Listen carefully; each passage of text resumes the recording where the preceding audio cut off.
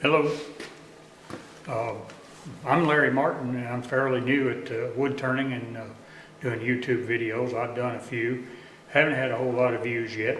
I hope I will when I learn how to control my tags and so forth. I'm making this video just to sort of introduce myself and tell you a little bit about myself, what I've done and some of the things that I've accomplished in my long life, and I hope to accomplish a lot more. So I'm going to take this camera off the tripod and sort of walk around my shop, and then we'll go in the house and look at some of my completed work in this last year. It used to be an aircraft hangar. As you can see, it's pretty much full of junk now. Since I retired, I built several aircraft and sold them. I never did like flying. So I made it into like a little woodworking area here. So we'll go over here, and this is where I do my turning. I'm a big Harbor Freight fan. I figure, some of their things aren't worth a crap, but at the prices they charge, I can afford to overlook some of them. You can see here's a 12-inch planer I just bought, and there's a sander. There's a reciprocating sander too. Here's a little planing or a router table I built. And here's a nice little burl that a friend of mine just gave me. It's on my sled on my table saw. Here's some wood that I planed. I'm going to glue them all together in different arrangements and try my hand at inside out turning. I've yet to do that, but I think I can handle it. All right, this is where I got all my pin stuff at. All that stuff here, and got some blanks in here and different odds and ends. A lot of wood blanks and some that I've cast. Over here's another little Harbor Freight table. Everything I have, I raise generally about 4 inches, as you can see. I'm only 6 foot, but I don't like bending over. So you can see that. There's my lathe. It's another Harbor Freight product. And again, it's raised up. I find it most convenient for me. There's a dust collector in the corner. LED lights. Underneath there's a sandblaster. And this is a junk table, old barbecue grill I collected, and I made it into a table, and that's where I keep all my finishing materials and solvents and so forth, and a bandsaw. All right, moving right along into the main area of my shop. This is a metal milling machine, lathe, and drill press. I'm sorry it's such a mess. I just built another knife, and I was finishing it up, and I'm a little slow on cleaning it up. I tell you, like I tell my wife, this is a shop, my dear. This is not your house. Right here, I started that's shavings from drilling out a piece of black walnut that I'm going to make two tea light holders on. Right there. Move over here, that's a long table I used to build wings on. I found a very good use for it. I sort of collect old refrigerators. I found that they are excellent storage. It keeps the bugs out, keeps them dry. In here is my office. I have a federal firearms license. I dabbled in it for a while, but quite honestly, the big box stores, you can go online and you can buy a firearm cheaper than I can buy one wholesale. So I just do a few transfers now. Talking about my previous hobbies, this is a 2001 Grand Champion gyroplane that I built. In other words, it was the best one in the United States that year. Here's this is a 72L Camino. You come over here and look around, and here's a book that's just absolutely plumb full of all the cars I've built in my life. That's a 51 Ford Victoria. There's was a 65 Mustang. Lots of shells. Only reason I'm showing this is that, not to be braggadocious or nothing, but I have earned my stripes when it comes to building crafty things. Oh, we're still moving around here. This is, I don't know what you call this. It's sort of my junk area. There's where I pressure pot. There's where I stabilize wood and blanks and stuff like that. My computer. And naturally you have to have a television. You got to be able to watch Fox News, don't you know? And some tools, a press, welder. After about 53 years being married to the same woman and living almost in the same place, you accumulate a lot of stuff. We walk out back here, and I just got back from a wood scavenging where I cut up my wood.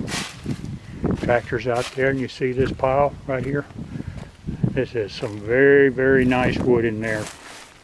That piece sticking out right there, that's black walnut, that's cedar. I have red oak in there, I have white oak, and I have some American holly. I got this down southern Arkansas. It was a black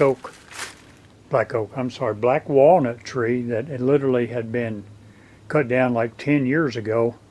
And me and my buddy, we dug it up out of a poison ivy patch. Now there's something I didn't know, but I'm highly allergic to poison ivy, so he got it out for me. So what I found out is when I started turning it, even though I had power washed it, that poison ivy was impregnated in the sapwood evidently, because every time I would turn some, I would break out like under my watch band and areas like that. Now look here, this is a stump. It was totally underground. I power washed it, and before I actually started turning the earlier part of the year, I was making knives for a few years.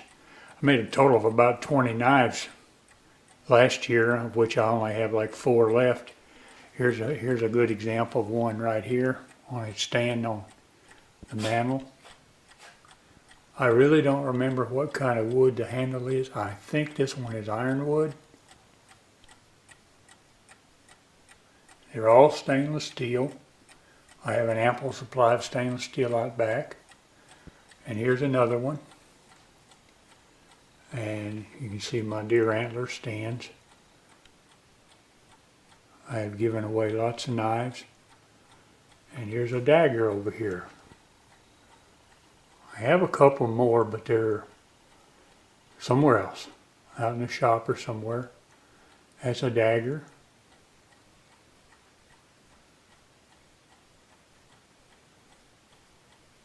I believe this one is like African ebony or something like that. And then I've got one here. Can't see it real well. Made this recently. I included brass on it. You can see it has my maker's mark. I also weld into making Kydex sheaves, and I made some holsters for guns. Kydex, making stuff out of Kydex is incredibly easy, requires almost no skill. All you gotta have is a toaster oven in the Kydex and some rivets, and that's about it really. And about 10 minutes of instructions and you can make them as good as I did. Okay, here's actually the first real thing I ever made that we used. I did make a rolling pin. I made it out of green ironwood, not knowing that you didn't leave the pith in the center back then. And it had a wonderful crack from end to end after about a few days. But this is black walnut. It's on my end table in the bedroom. And you know, for a first time, it's actually, I think it's pretty nice. My wife liked it enough to put it in here. Well, here are all the products I have left now, and I made these in the last few months. I've given away as many as these. And the reason I'm doing these now is I need a record of them, because a lot of these are going to be Christmas presents, especially the pins. Made a lot of pins. This item right here, this is a hamburger maker.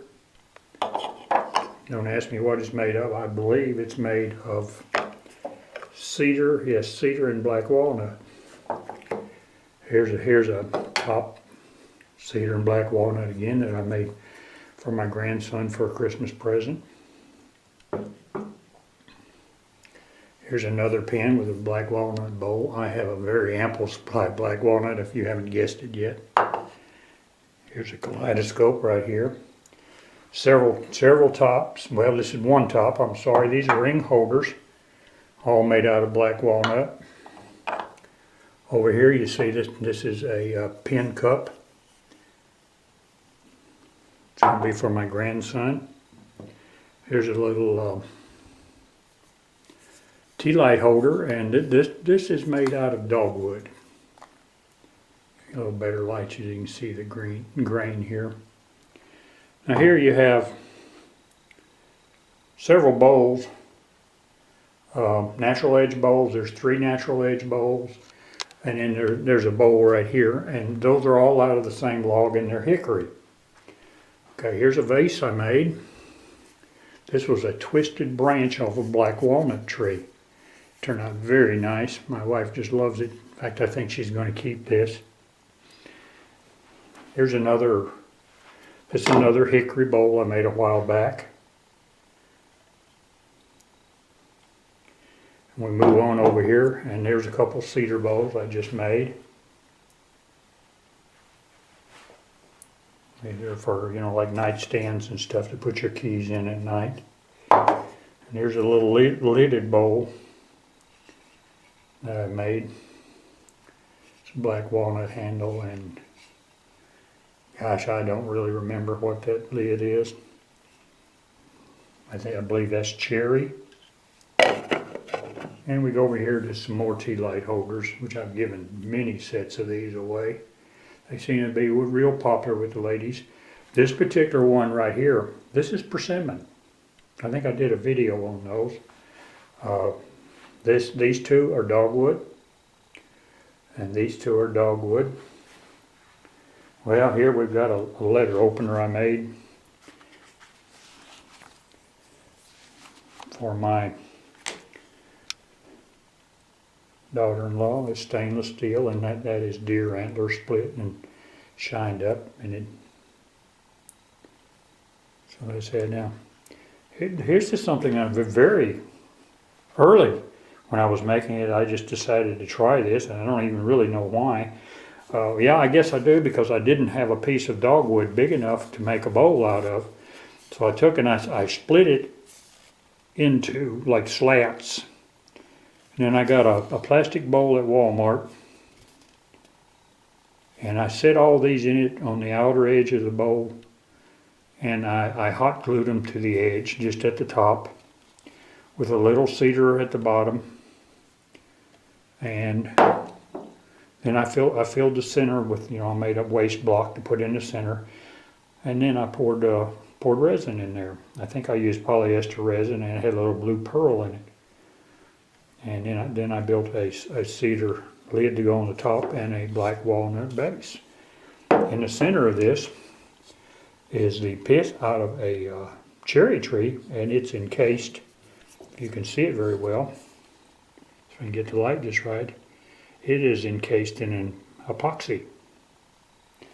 So I'm pretty proud of that. But this is what I have left of this last year's production. It's about, maybe half of what I did. And I think for a relatively new turner, not too shabby. Okay, I really want to thank you for watching, and I'll catch you on the next trip.